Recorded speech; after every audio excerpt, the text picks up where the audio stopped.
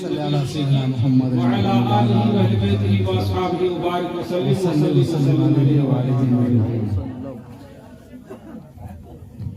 محترم حضرات، وقت کافی ہو چکا ہے اور مختصر وقت میں مختصر سی باتیں کرنی ہے۔ اللہ تبارک و تعالیٰ کا شکر و احسان ہے کہ اللہ تبارک و تعالیٰ نے ہم سب کو اس محفل میں شرکت کی توفیق بخشی اور آپ سب کی اور آپ سب کے ساتھ ہماری یہ خوش نصیبی ہے کہ اس جلسے کی سرپرستی